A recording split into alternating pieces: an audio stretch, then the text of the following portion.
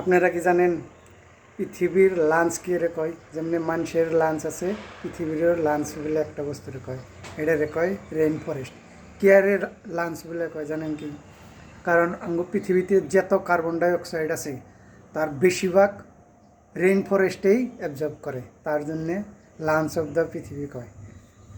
তো আরও এটাই রেইন ফরেস্টে আন্নের বহুত পরিমাণে অক্সিজেন প্রডিউস করে, যেটা নিয়ে আঙ্গ পৃথিবীতে বা চলার জন্য বহুত প্রয়োজন। কিছুমানে কয় 20% অক্সিজেন প্রডিউস করে, অ্যাকচুয়ালি 20% করে না, 1%-এর শুনে অল্প কম করে, কিন্তু বহুত করে যেখানি রেইন ফরেস্টেই ইউজ করে হেল দেয়, কিন্তু বহুখানি করে।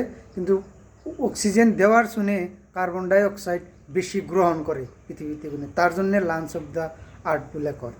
আপনারা কি এই ফ্যাক্টটা জানেন? কিছু মানে 20% অক্সিজেন দেওয়া বলে কয়, কিন্তু অ্যাকচুয়ালি ওটা না, ওটা ভুল।